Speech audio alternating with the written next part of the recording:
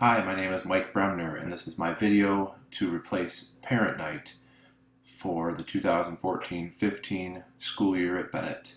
I teach Faith and Fulfillment, Religion 4, and just so you have an idea who I am, that's a picture of me in the lower right-hand corner.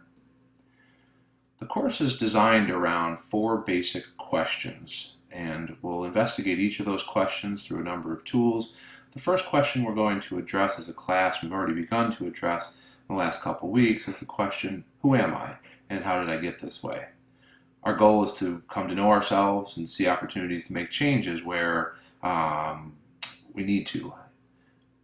The tools we've been using already include Erik Erikson's 8 stages of psychosocial development.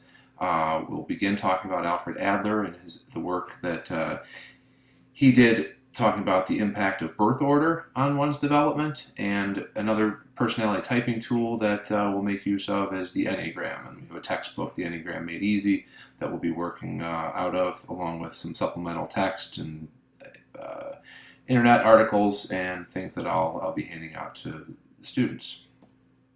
The second question, who is my God? The goal here is to look at our beliefs about God, our struggles with belief, evidence for belief in God, and we'll talk about the importance of a relationship with Christ.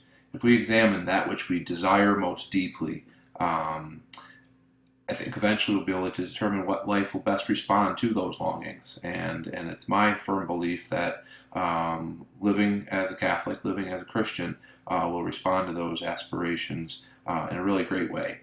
We'll use sections of a book called The Holy Longing that the students have actually read the preface and chapter 1 of already.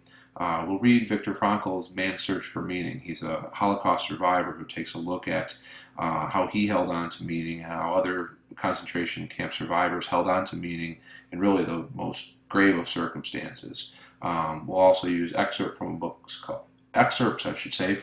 called The Reason for God. The third question we'll examine is, does my faith affect my relationships and how? Obviously, our answer to the first 2 questions, who am I and who is my God, should have an impact on how I interact with others. Once we become aware that we're called to be Christ to the world, certainly that should impact what we do and how we act. Again, the Holy Longing will serve us here, as well as various class handouts and some excerpts from a book called Tattoos on the Heart. Our fourth and final question would be, what's next? In our culture, really talking about death and dying is often taboo. And what we're going to talk about is what, if anything, awaits us in the afterlife. We're going to read a book called The Great Divorce by C.S. Lewis and investigate not so much exactly what heaven might be like or the afterlife might be like, but what it is that might get us to receive that reward of heaven and how we should live in the here and now based on our belief in a permanent reality. We'll also take a look at some excerpts from a book called Tuesdays with Morrie. Just to give you some idea of how students will be assessed, obviously homework, tests, quizzes, both pop quizzes and announced quizzes will be included in their grade. We'll have written work, journal entry type as they respond to individual questions or thought provokers, where I would grade them much more on the effort that they've put in and the ideas that they've shared and their support of their opinions when they give them. I wouldn't grade them in a journal or a formal writing on their opinion. I wouldn't, because I disagree with them, grade them poorly by any means. Of course, my goal would be to provoke them to think, to cause them to respond and defend their opinions when they have them.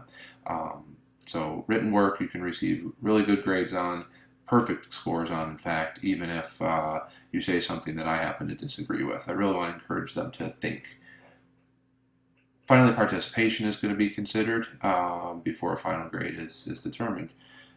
I will send Edline or Grade Quick updates every 3 weeks, and because this is a semester-long course, I really would encourage you to stay on top of these and stay on top of your students. I certainly will on my end, and hopefully we run into no issues as the semester is drawing to a close.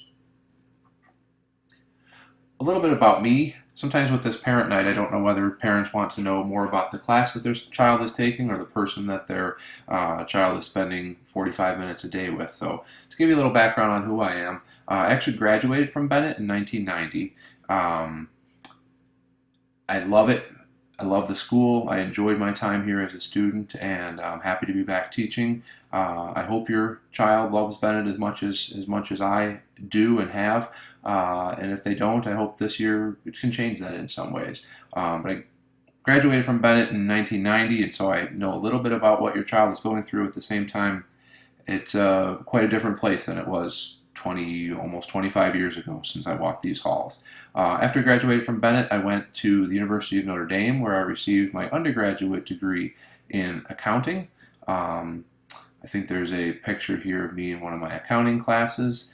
No, I graduated, I got a job, I worked at Arthur Andersen, was doing well. It passed the CPA exam. It just wasn't a job I was all that thrilled by. I think I have a picture here of me working at Arthur Andersen. Most days I was mostly doing this. No, I'm kidding. That's probably not that funny of a joke. But anyway, I didn't really enjoy my time at Arthur Andersen. I actually went back to Loyola University to get my master's degree in theology, and started working at Bennett in 1998.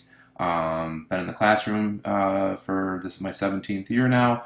I've been coaching basketball for 11 years, and just this past year, a couple months ago, began coaching girls golf as well.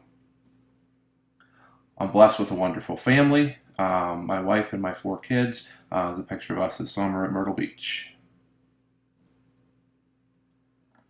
I wanted to encourage you to, if you have the opportunity, certainly I think it's something that would be great for your kids, to read along with and study along with and engage in conversation with your students or your kids about the things we're covering in class.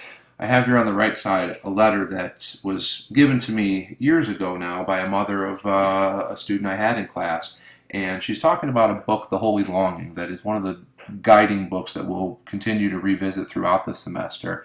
And I'll quickly read the letter to you in case it doesn't come clear on the video. I've been meaning to write, dear Mr. Bremner, I've been meaning to write to you since last November when Johnny was recovering from his surgery.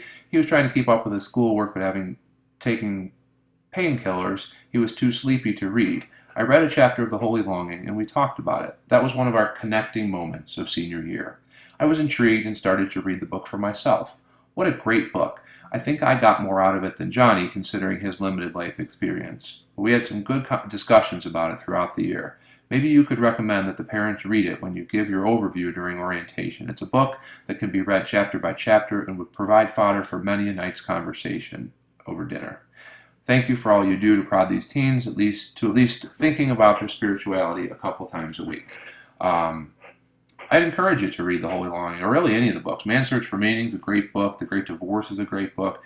And you know, as your child's primary teacher of faith, you know, I think it would be great if you would be able to have some conversations about these important things. This is one of our final opportunities before, you know, most of these kids leave for college to motivate them, to challenge them, and to engage with them in good conversation about important topics. So anything I can do to encourage that or help that, by all means let me know, but I really want to let you know I welcome that on your end. Because before we know it, although they're Red Wings forever, they certainly will be gone from our presence pretty quickly. Here's some contact information for me. I use Edline for homework and assignments and upcoming assessments, tests, and quizzes. Email is probably the best place to reach me, mbremner@bennett.org. There's my office information, my direct line, my extension. I'm free during 3rd, 6th, and 9th period, and can be found either in my classroom or the religion office. And then before long, this journey will be over, and I'll be done with them by the end of the semester. So I'm looking forward to a great semester, and I appreciate you watching the video. If you have any questions, please feel free to contact me. Thanks so much. Have a good night.